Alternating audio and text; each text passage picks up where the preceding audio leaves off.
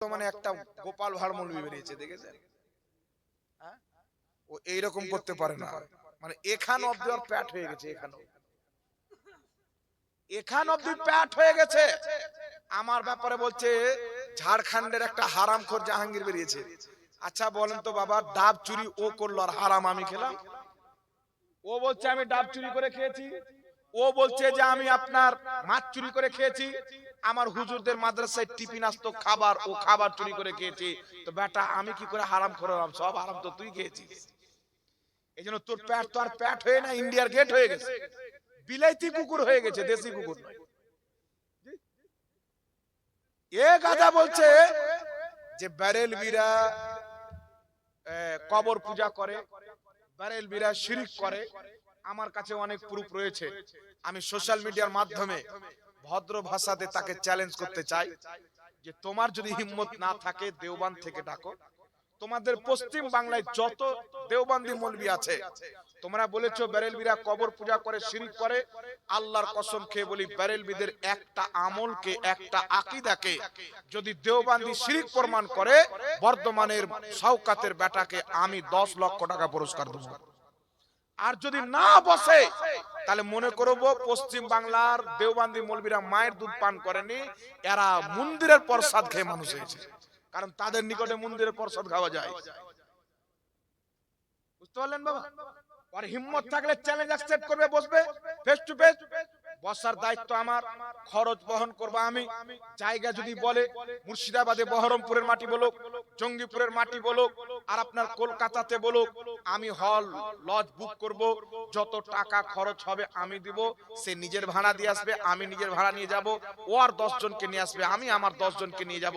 2 জন cameraman থাকবে, মুনাজারা হবে। একটা আমাদের কোন আমল আকীদাকে শিরক তো দূরের কথা, যদি ভুল প্রমাণ করে দেয় তাকে 10 লক্ষ টাকা আমি পুরস্কার দেব। কিন্তু ওর বাপ শাওকাত পর্যন্ত বসবে না। ও জানে যেরা কোন জিনিস, না খঞ্জর উঠেগা না তলওয়ার তুমসে, ये बाजू मेरे आजमाए हुए है। গোটা দেওবান মাদ্রাসা আপনার এটার সির মাটিতে 3 দিন ব্যাপী মুনাজারা হয়েছে, তারা সেখান থেকে মুখ কালো হয়ে গিয়েছে। আপনার মুনাজারা হয়েছে দালখোলার মাটিতে, তাদেরই লোক তাদের আকীদাগুলি শোনার পর তাদের মৌলবি তাহির গাওয়িকে জুতা পিটা করেছে। যেখানে মুনাজারা হয়েছে মুফতি মতিউর রহমান সাহেব কিবলা, ভারতের সবচাইতে বড় মুনাজির, যেখানে মুনাজারা করতে গিয়েছে ওই পুরো এলাকা এদের আকীদা পড়ার পর সুন্নি হয়ে গেছেন। আজ পর্যন্ত 32,000 লোক মুফতি মতিউর রহমান সাহেবের হাতে তওবা করে 32,000 ওয়াহাবি সুন্নি জামাতের মধ্যে এসেছে। এরা যে এলাকাতে মুনাজারা করবে ওই এলাকাকে সুন্নি হতে হবে। দেওবান্দীদের আকীদা আল্লাহ মিথ্যা বলতে পারে। কোন কিতাবে লেখা আছে? তবলিগি জামাতের প্রতিষ্ঠাতা ইলিয়াস কান্ধেওয়ালির পীর রশিদ আহমদ গাঙ্গোহী দেওবান্দি জামাতের প্রতিষ্ঠাতা, ইনি ফাতাওয়া রশিদিয়াতে লিখছেন আল্লাহ ঝুট বল सकता है, আল্লাহ মিথ্যা বলতে পারে। এদের গুরু আশরাফ আলী থানভী হিফজুল ইমানের 8 নাম্বার পৃষ্ঠার মধ্যে লিখেছে, নবীকে আল্লাহ যতটুকু ইলমে গায়েব দিয়েছেন, নবীর সমতুল্য ইলমে গায়েব আল্লাহ প্রত্যেক জানোয়ারকেও দিয়েছেন।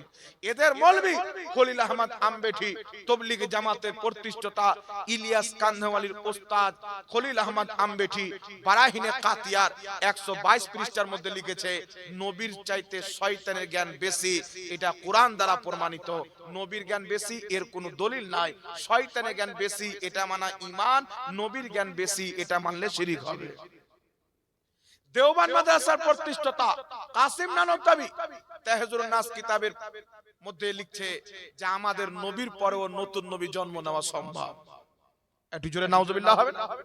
তাহলে এই আকীদাগুলি যখন খুলবে, কথা বলেন তো বাবা, এরা মুখ দেখাতে পারবে? জোরে বলতে হবে। আর দেওবন্দি তবলিগি জামাত আহলে হাদিস সকলের মাথার তাজ ইসমাইল দেহলভী তাকওয়াতুল ঈমানে লিখেছে, নবী মরে মাটির সাথে মিশে গেছে। তাকওয়াতুল ঈমানে লিখেছে নবীর সম্মান বড় ভাইয়ের মতো করতে হবে। তাকওয়াতুল ঈমানে লিখেছে আল্লাহর শানের সামনে নবী ওলি চামার চাইতে নোংরা। এইগুলো নিকৃষ্ট বিদআত তাদের মধ্যে ভরা আছে, আর আমাদেরকে বলছে বিদআতি। আল্লাহ মিথ্যা বলতে পারে, এটা কোরআনেরও খেলাফ, হাদিসেরও খেলাফ। নবী মনে মাটির সাথে মিশে গেছেন, কোরআনেরও খেলাফ হাদিসেরও খেলাফ, নবীর ওসিলা শিরক, কোরআনেরও খেলাফ হাদিসেরও খেলাফ।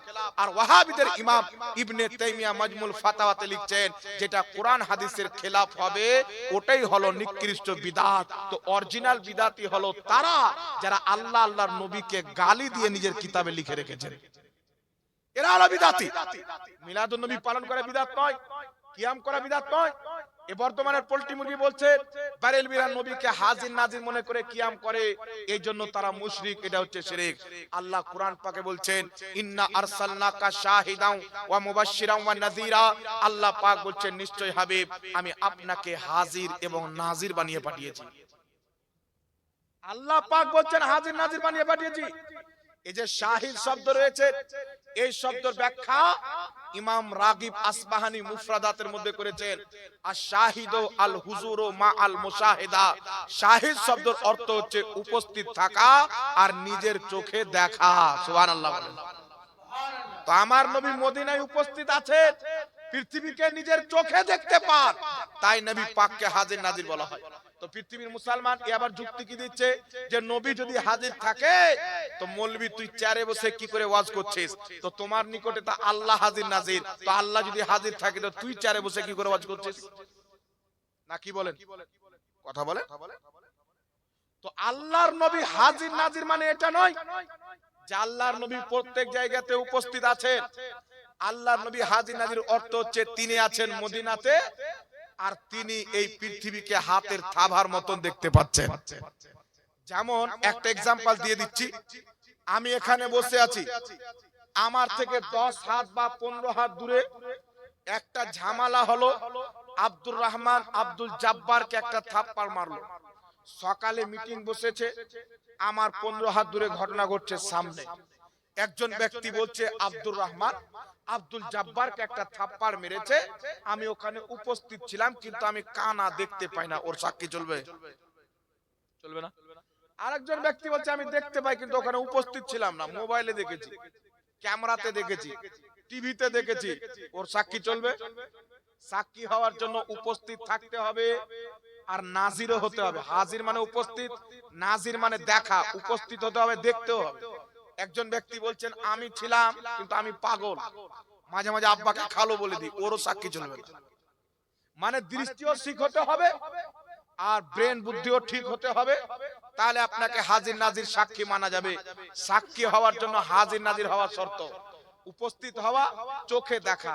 এবার আমি দাঁড়িয়ে গেলাম, হুজুররা দাঁড়িয়ে গেলেন, বলছেন আব্দুর রহমান আব্দুল জব্বারকে মেরেছে, আমরা দেখেছি, আমরা ওখানে উপস্থিত ছিলাম, আমাদের সামনে হচ্ছিল, তো আমরা বসে আছি স্টেজে, 15 হাত দূরে মারামারি হচ্ছে, তো আমাদেরকে হাজির নাজির মানা হবে কি হবে না? অবশ্যই মানা হবে। কারণ মানুষের দৃষ্টি এবং ব্রেন যত দূর পর্যন্ত সহি সালামত কাজ করবে তত দূরকার জন্য তাকে হাজির নাজির মানা হবে, উপস্থিত মানা হবে, দেখনে ওয়ালাও মানা হবে। তো দয়ার নবী মুস্তাফা সাল্লাল্লাহু আলাইহি ওয়াসাল্লামকে কেন হাজির নাজির বলা হয়? আমার থেকে 15 হাত দূরে মারামারি হচ্ছে, 15 হাত দূর পর্যন্ত আমাকে হাজির ও নাজির বলা হচ্ছে। নবী পাক বলতেছেন ইন্নাল্লাহা জাওয়ালিয়াদ দুনিয়া আলা কুল্লিহা, এই সমস্ত দুনিয়াকে আল্লাহ পাক আমার সামনে গচ্ছিত করে দিয়েছেন, কিয়ামত পর্যন্ত এই পৃথিবীতে যা হবে আমি মুস্তাফা এমন ভাবে দেখি যেমন হাতের থাবা দেখতে পাওয়া যায়। তাহলে নবী পাক হাজির নাজির হলো কি হলো না বাবা? সহস্রলীলা আছেন মদিনাতে, উনার আকল দৃষ্টি কাজ করে পুরো কায়নাতে, তাই পুরো কায়নাতের জন্য তিনাকে হাজির নাজির বলা এটা জায়েজ আছে, মুহাদ্দিসিনে কেরাম বলেছে।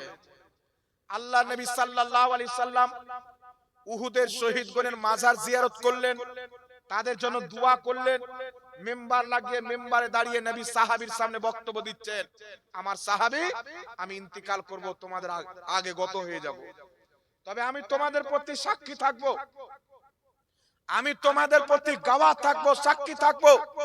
আল্লাহর নবী বলছেন বুখারী শরীফের হাদিস, ইন্নী ওয়াল্লাহি লা আনজুরু ইলা হাউজিল আন, নিশ্চয়ই আল্লাহর কসম আমি নবী মুস্তাফা এই আরবের জমিনে দাঁড়িয়ে 7 আসমানের উপরে জান্নাতের হাউজ রয়েছে, জান্নাত, আর সেই জান্নাতের হাউজে কাউসার আমি জমিনে দাঁড়িয়ে 7 আসমানের উপরে জান্নাতের হাউজে কাউসার দেখতে পাচ্ছি। বুঝতে পারলেন বাবা? নবী পাক জমিনে দাঁড়িয়ে সাত আসমানের উপরে জান্নাতের হাউজে কাউসারকে দেখতে পাচ্ছেন, তাহলে সাত আসমান পর্যন্ত নবী হাজির ও নাজির। একটু সুবহানাল্লাহ হবে না? আল্লাহ নবী সাল্লাল্লাহু আলাইহি ওয়াসাল্লাম মুতার যুদ্ধ হচ্ছে, নবী আমার মসজিদের মেম্বারে বলছেন, এখন জাফর হাতে ঝান্ডা নিলেন, শহীদ হয়ে গেলেন। অমুক সাহাবী ঝান্ডা নিলেন, শহীদ হয়ে গেলেন। যুদ্ধ হচ্ছে মুতাতে, নবীর দৃষ্টি থেকে পর্দা তুলে দেওয়া হয়েছে। নবী পাক এমন ভাবে দেখছেন যেমন তিনার হাতের থাবার সামনে যুদ্ধ হচ্ছে।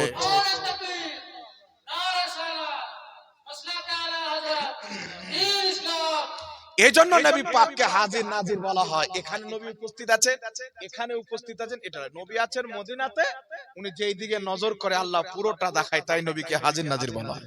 সুবহানাল্লাহ।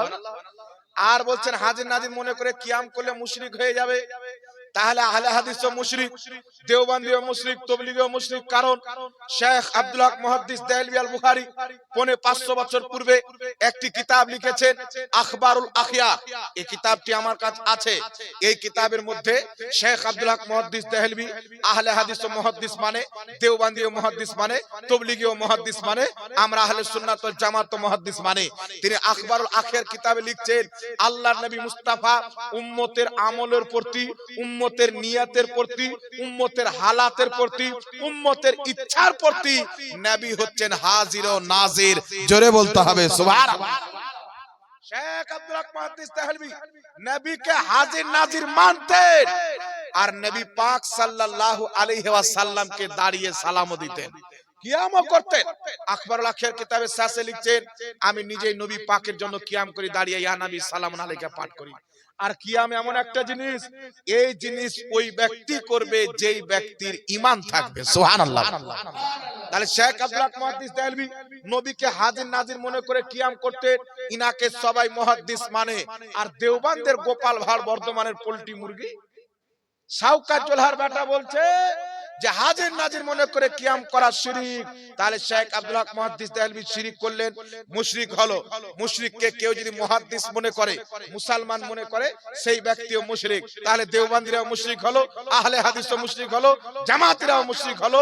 কারণ সবাই শেখ আব্দুল হক মুহাদ্দিস দেহলভীকে নিজের মাথার তাজ মানে। আর যদি উনি মুশরিক না হয়, নবীকে হাজির নাজির মনে করে কিয়াম করলে, তাহলে আমরা কেন হব বাবা? আরে কথা বলেন, আমরা কেন হব? নবীকে হাজির নাজির বলা শিরক। এই কথা যেই ব্যক্তি বলবে, হাজির নাজির মান্যকারীকে মুশরিক মনে করবে, ওই নিজেই কাফির ও মুশরিক। তার স্ত্রী তালাক, তার যত বাচ্চা কাচ্চা হবে সব জারু সন্তান হবে, যখন খুশি বসো। এটা আলহামদুলিল্লাহ আমরা প্রমাণ করতে প্রস্তুত আছি। আল্লাহ এদেরকে হেদায়েত দান করুক, সকলে পড়ুন আল্লাহুম্মা। যাই হোক বিরাদ ইসলাম, এই জন্য আমরা নবীকে হাজির নাজির মনে করি। দেওবন্দীদের মৌলভী আশরাফ আলী থানভী ইমদাদুল মুস্তাক কিতাবে লিখেছেন কিয়াম করা যায়। দেওবন্দীদের 33 জন মৌলভীর সিগনেচার, তাদের আকীদার কিতাব আল মুহান্নাদ আল মুফান্নাদের 71 পৃষ্ঠায় লিখেছে কিয়াম করা যায়। আহলে হাদিস এবং সকলের গ্রহণযোগ্য মুহাদ্দিস আপনার ইবনে হাজার আসকালানী ফাতুল বারীতে লিখেছেন সম্মানার্থে কিয়াম করা যায়। ইমাম বাইহাকি বলেছেন সম্মানার্থে কিয়াম করা যায়। ইমাম নববী রাহমাতুল্লাহ আলাইহি আল কিয়াম লি আহলিল ফাজল কিতাবে লিখছেন সম্মানার্থে কিয়াম করা যায়। ইমাম মুল্লা আলী কারি মিরকাতের মধ্যে লিখছেন সম্মানার্থে কিয়াম করা যায়। বিশ্ববিখ্যাত ইমাম হালবি সিরাতে হালবিয়া 3 খণ্ডে বিভক্ত প্রথম খণ্ড 123 পৃষ্ঠার মধ্যে লিখছে সমস্ত মুসলমান দাঁড়িয়ে কিয়াম করে নবীকে সালাম জানাম, ইয়া নবী সালাম আলাইকা। উনি বলছেন এটা হলো মুস্তাহাব সওয়াবের কাজ। সুবহানাল্লাহ। আমরা করি, আল্লাহ হেদায়েত দান করুক ওদেরকে, সকল বলুন আল্লাহুম্মা।